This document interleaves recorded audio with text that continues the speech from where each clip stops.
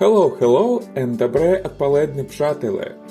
I'm Peter, and here I'm telling you stories about the most interesting European cars of the 80s and 90s.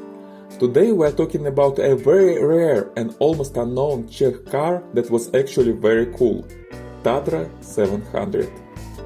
But before we start, don't forget to subscribe to my channel to never miss a new video. And if you are already subscribed, thank you so much.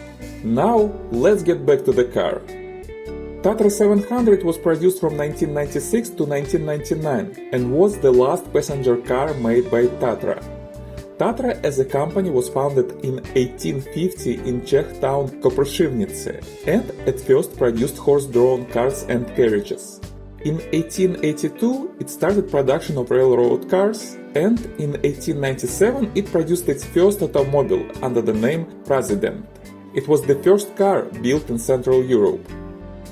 The company used several names and brands during the next years, and in 1919 the name Tatra was finally approved for all cars. This name came from the name of mountains in Slovakia, Czechia and Poland. In the beginning of the 30s, the Tatra's engineering team, led by Hans Ledwinka, created a rear-engine air-cooled prototype under the name Tatra V57, and later Tatra V570. Allegedly, the engineering ideas of that car became the base for the Volkswagen Beetle, Porsche 356 and ultimately Porsche 911. There are a lot of arguments around this, but Ferdinand Porsche admitted that he and Hans Ledwinka shared many ideas and learned from each other. Tatra later even filed several claims against Volkswagen and Ferdinand Porsche for violation of patents. But these claims were dismissed after Nazi invasion of Czechoslovakia in 1938. After the World War II, Tatra continued production of rear-engine air-cooled cars, but this branch of engineering development took a different approach than Volkswagen and Porsche. While German manufacturers produced small and light cars with four-cylinder engines, Tatra was making large executive sedans with V8 engines. First it was Tatra 603 in 1956, then Tatra 613 in 1974, and finally Tatra 700 in 1996. There was also an absolutely crazy supercar, the Metalex NTX Tatra V8, produced in 1991 in the quantity of just 4 cars. As far as I know, it was the only sports car in the world in the 90s with an air-cooled V8 engine. Anyway, Tatra stopped the production of passenger cars in 1999, but the company still exists, what makes it one of the oldest car manufacturers in the world. Now it produces heavy trucks and military equipment, and it is rather successful. Tatra 700 was in large part mechanically based on Tatra 613, so it is reasonable to talk about the 613 as well. The Tatra 613 was produced from 1974 to 1996, with several facelifts in 1980, 1985 and 1991. The design was created by Italian design studio Carrozzerie Alfredo Vignale, together with own design team of Tatra. The car wasn't made for free sale to the public. The intended audience for this car was Czech government and communist authorities and authorities of the Soviet Union. All cars were hand-built with very good quality, and only 11,000 cars were produced during the 22 years of production. A large part of cars was exported to the Soviet Union. There they were used by the KGB, police and by communist authorities of the middle level. There was some kind of ranking in the Soviet Union. If you were a small boss, like a director of factory or a district manager, you was given a GAZ-24 Volga or later GAZ-3102. If you were a high-level authority, like a government minister or a mayor of a town, you could get a limousine Chaika GAZ-14 or even ZIL. But if you were somewhere in between those ranks, say a director of a large military plant or a mid-level general, you could get Tatra 613. It's interesting that unless there wasn't a free market for those cars neither in the USSR nor Czechoslovakia, the 613 had a formal price that was more than twice higher than the price of Volga and almost 5 times higher than Lada cars, which I have another video about. So it was a real luxury by Soviet standards. The Tatra 613 had a very unusual engineering arrangement. It had an engine in the rear, and it was a 3.5-liter aluminum V8 engine with 90 degrees angle between cylinders. It had 2 carburetors that were very difficult to synchronize, and it was air-cooled. Yes, an air-cooled, rear-mounted V8 engine. It was rather powerful, and the car was fast for the 70s and 80s. 168 horsepower, a top speed of 190 km or 119 miles per hour, and 0 to 60 miles per hour in 12.7 seconds. Not that bad for a large car of almost 17 feet long and the weight of 3,700 pounds. Despite its weight and length, it was very stable on the road and very sharply and comfortable handled corners. The reason for this? Almost ideal weight distribution with 55 of the weight on the rear axle. The 613 was very comfortable inside and was safe due to its road capabilities and the large trunk in front of the car. So, in case of collision, there was a huge area of program deformation and the people inside the car remained safe. No wonder that it was loved by KGB and military officers. In the beginning of the 90s, when the communist era has gone, Tatra began selling the 613 to everyone, but not many people actually wanted one. The car was expensive and it had a strong connection to the communist past and all related pain and hatred. And it was clear that the car was already very outdated, both visually and technically.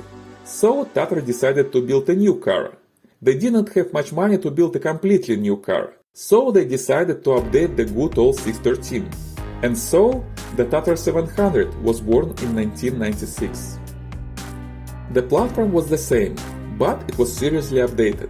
The 3.5-liter V8 engine from the 613 was updated and got a better compression ratio, better ignition and multi-point fuel injection. This allowed increasing the power output to 198 horsepower and a top speed of 230 km or 144 miles per hour with a 0 to 60 miles per hour in 10.8 seconds. The engine was mounted above the rear axle in a manner that 4 front cylinders were within the wheelbase and 4 rear cylinders were behind the axle. This helped with the weight distribution and made the car a mid-engine and the rear engine one simultaneously. Later, the updated and increased 4.5-liter V8 engine appeared with 231 horny ponies, a top speed of 250 km or 155 miles per hour, and 0 to 60 in less than 9 seconds. Not that bad for a car that was longer than the Mercedes-Benz W140. And there was a one-off prototype Tatra 700 GT with a 4.4-liter engine with 394 crazy horses. That car could reach 316 km or 198 miles per hour, with 0 to 60 miles per hour in less than 5 seconds. And there was a sports version of the 700 under the name Acura Sport V8, with 2 doors, a shorter wheelbase, a lowered roof and an aluminum body. That car could make 0 to 60 in 4.4 seconds and reportedly reach 320 km or 200 miles per hour. The design of Tatra 700 was developed by British car designer Geoff Wardle, together with the designer of Tatra Mirek Staran. Before this, Geoff Wardle also worked with the British Leyland, Chrysler, Ford and Saab, and was one of the authors of the Saab 9.3 and updates to the Saab 9000, which I have a video about. In general, the design was based on the look of the Tatra 613, which is understandable considering it was the same platform. But the new exterior was more roundish and was actually modern enough for the middle of the 90s. There was an interesting process of building a new prototype. The designers took old wooden molds of the 613 from the 70s and added new details with clay. Then they manually stamped out panels, welded them together, and after that scanned the prototype. This allowed them to create a CAD computer model and build tooling for the new bodies with it. Despite being a 4-door sedan, the 700 looked like a hatchback from the side. This was because of the massive rear quarter pillars, designed like that to direct the airflow from the roof to the engine bay. Inside, the car was fully updated with new technology. It received a 2-zone climate control with air conditioning, power seats, power steering, power windows and power steering column. Some cars even had a TV and a video cassette player for rear passengers. The car was hand-built with an utmost quality. The interior was trimmed with high-quality materials, real leather, alcantara and real wood. The car was long, and rear passengers had a lot of leg space. This was actually a very comfortable car. The engine was air-cooled, and it couldn't get warm air for heating from a radiator, so the 700 had a separate gasoline-powered heater in the front compartment with a separate small gas tank. By the way, the car also had two fuel tanks for the engine, placed in the rear part of the car. All cars were equipped with a 5-speed manual transmission. The changing of gears was slightly unusual, requiring wide movements of the gear lever, because the gear lever was connected to the gearbox far in the rear with a very long linkage. But the gearbox itself was very good and reliable. The engine of the 700 was relatively loud, which is common for air-cooled motors. But all the sound went backward, and it was unusually quiet inside the car, particularly on the front row of seats. Many drivers were surprised that they almost didn't hear the sound of the engine. The car required slightly different handling than other usual cars. The engine loved high revs. Even normal city driving required keeping the revs closer to the second part of the tachometer. That was very unusual for an executive car. Also, the heavy rear part required slightly different cornering technique, especially at high speed and on slippery roads. But once you got accustomed with those specifics, you understood that the car was actually very pleasant to drive. It stuck to the road, allowing you to pass sharp turns fast and reliably. It was quick enough to enjoy it, but not intimidating because of good weight distribution and a long wheelbase. It was very reliable and well built. The air-cooled engine almost never got overheated, even in hot weather in city traffic jams. It was a very well-engineered car. And it was comfortable, quiet, and simply enjoyable. Maybe it wasn't the best car in the world, but it definitely was an outstanding one. Unfortunately, it didn't find a lot of customers. Tatra still was related to the communist past in the eyes of the public, and the car itself was expensive. For this price, you really had a lot of options for executive cars in Europe of the 90s. As a result, only 75 cars were produced until 1999, and with those 75 cars, a century-long history of Tatra passenger cars has come to its end. But, as I said, the brand still exists and looks okay. Obviously, the Tatra 700 was never imported to the United States during the time of its production, but most of those cars are older than 25 years now, so, theoretically, you can import them to the US, if you can find one. With this small number of cars, it will not be an easy task. We definitely could find a Tatra 613 for you, and we probably could look for the 700, but it would be more like treasure hunting, with no guarantees. But if you do want to go to this kind of adventure with me, check out my website in the description below. Well, actually, I know one Tatra 700 in Czech Republic that may be ready for sale, so if you are really interested, let me know. The price of the Tatra 613 may be anywhere from 5 to 100,000 euros in Central Europe now, depending on the condition and mileage.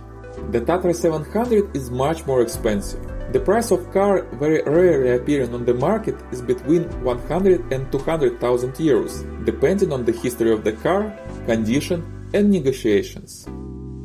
Well, thank you very much for watching. If you happen to drive the Tatra 700 or Tatra 613, please tell me about this in the comments below. What were your personal impressions of these cars?